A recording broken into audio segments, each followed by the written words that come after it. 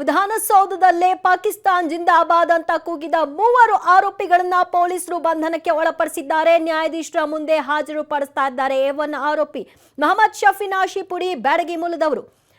Okay, ನಮ್ಮ ಜೊತೆಗೆ ಮಾತನಾಡಲಿಕ್ಕೆ ಸಂಸದೆ ಶೋಭಾ ಕರಂದ್ಲಾಜೆ ಅವರು ದೂರವಾಣಿ ಸಂಪರ್ಕಕ್ಕೆ ಬಂದಿದ್ದಾರೆ. ಮೇಡಮ್ ನಮಸ್ತೆ. ನಮಸ್ಕಾರ. ಅವತ್ತು ಪಬ್ಲಿಕ್ ಟಿವಿ ಈ ಸುದ್ದಿಯನ್ನ ಬಿತ್ತರಿಸೋ ಮೊದಲು 10 ಬಾರಿ ಕ್ರಾಸ್ ಚೆಕ್ ಮಾಡ್ಕೊಳ್ತು ಮೇಡಮ್. ಯಾಕಂದ್ರೆ ನಾವು ತಪ್ಪು ಸಂದೇಶವನ್ನ ಜನರಿಗೆ ರವಾನೆ ಮಾಡಬಾರ್ದು, ಇದರಿಂದ ಎಂಥ ಪ್ರಮಾದವೂ ಕೂಡ ಆಗಬಾರ್ದು ಅಂತ.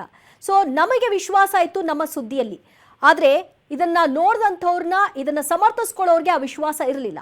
ಏನ್ ಹೇಳ್ತೀರಿ ಮೇಡಮ್? ನಿಮ್ಗೆ ವಿಶ್ವಾಸ ಇತ್ತು, ರಾಜ್ಯದ ಜನಕ್ಕೂ ವಿಶ್ವಾಸ ಇತ್ತು, ಮತ್ತೆ ಯಾರು ಪತ್ರಕರ್ತರು ಮತ್ತು ಜನ ಅಲ್ಲಿ ಕೇಳಿಸ್ಕೊಂಡಿದ್ದಾರೆ ಅವರೆಲ್ಲರಿಗೆ ವಿಶ್ವಾಸ ಇತ್ತು ಪಾಕಿಸ್ತಾನ ಜಿಂದಾಬಾದ್ ಅಂತ ಕೂಗಿದ್ದಾರೆ ಅಂತ. ಆದ್ರೆ ಸರ್ಕಾರ ಇದನ್ನ ಮುಚ್ಚಿಡುವಂತ ಒಂದು ಪ್ರಯತ್ನ ಮಾಡ್ತು. ಇವತ್ತಿಗೆ ಕೂಡ FSL ರಿಪೋರ್ಟ್ ಅನ್ನ ಅವರು ಆಚೆ ಬಿಟ್ಟಿಲ್ಲ, ಅದನ್ನ ಇನ್ನೂ ಗುಪ್ತವಾಗಿ ಇಟ್ಟಿದ್ದಾರೆ.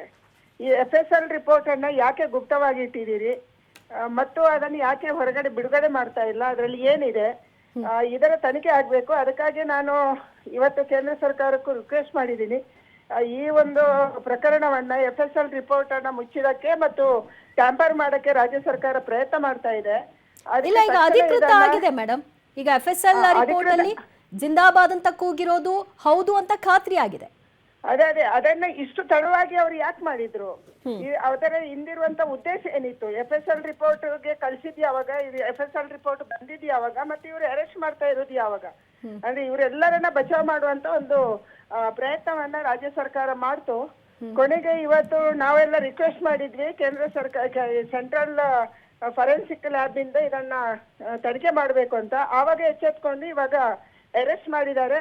ಅವರಿಗೆ ಉಗ್ರವಾದಂತ ಶಿಕ್ಷೆ ಆಗ್ಬೇಕು. ಮತ್ತೆ ನಾನು ಪೊಲೀಸರಿಗೆ ವಿನಂತಿ ಮಾಡ್ತೀನಿ, ದೇಶದ್ರೋಹದ ಮೇಲೇನೆ ಅವರಿಗೆ ಕೇಸ್ ಹಾಕ್ಬೇಕು. ಮತ್ತೆ ನಾಳೆ ಅವರಿಗೆ ಬೇಲ್ ಸಿಗುವಂತ ಕೇಸ್ ಹಾಕಿ ಅವರನ್ನು ಬಚಾವ್ ಮಾಡುವಂತ ಕೆಲಸಕ್ಕೆ ಕೈ ಹಾಕಬೇಡಿ. ಇದರಿಂದ ಬಹಳ ದೊಡ್ಡ ಅನಾಹುತ ಆಗುತ್ತೆ. ಈಗ ಅನಾಹುತ ಒಂದು ಫೇಸ್ ಮಾಡಿ ಆಗಿದೆ ನಾವು. ಬೆಂಗಳೂರಿನಂತ ಒಂದು ಜಾಗದಲ್ಲಿ ಬಾಂಬ್ ಸ್ಫೋಟ ಆಗಿ ಇಡೀ ಬೆಂಗಳೂರಿನ ಹೆಸರಿಗೆ ಕಳಂಕ ಬಂದಿದೆ ಮತ್ತು ಭಯ ಬಂದಿದೆ. ಯಾರು ಇನ್ವೆಸ್ಟರ್ಸ್ ಮೊದಲೇ ಬರ್ತಾ ಇಲ್ಲ ಈ ಸರ್ಕಾರದಲ್ಲಿ, ಇನ್ನೂ ಯಾರು ಬರಲ್ಲ. ಅದಕ್ಕಾಗಿ ತಕ್ಷಣ ಅವರಿಗೆ ಪೊಲೀಸರು ದೇಶದ್ರೋಹದ ಮೇಲೆ ಕೇಸ್ ಹಾಕಬೇಕು ಮತ್ತು ಅವರು ಜೈಲಿಗೆ ಹೋಗ್ಬೇಕು ಅನ್ನೋಂಥ ಆಗ್ರಹವನ್ನು ನಾನು ಮಾಡ್ತಾ ಇದ್ದೀನಿ. Alright madam, thank you. Public TV ಜೊತೆಗೆ ಮಾತನಾಡೋದಕ್ಕೆ ಕೇಂದ್ರ ಸಚಿವೆ ಶೋಭಾ ಕರಂದ್ಲಾಜೆ ಅವರು ತಪ್ಪಿತಸ್ಥರ ವಿರುದ್ಧ ನಿರ್ದಾಕ್ಷಿಣ್ಯ ಕ್ರಮ ಅಂದಿದ್ರು. ಈಗ ದೇಶದ್ರೋಹ ಚಟುವಟಿಕೆಯ ಕೇಸನ್ನ ಹಾಕಬೇಕು, ಅವರಿಗೆ ಬೇಲ್ ಕೂಡ ಸಿಗಬಾರ್ದು ಅಂತ ಹೇಳಿದ್ದಾರೆ.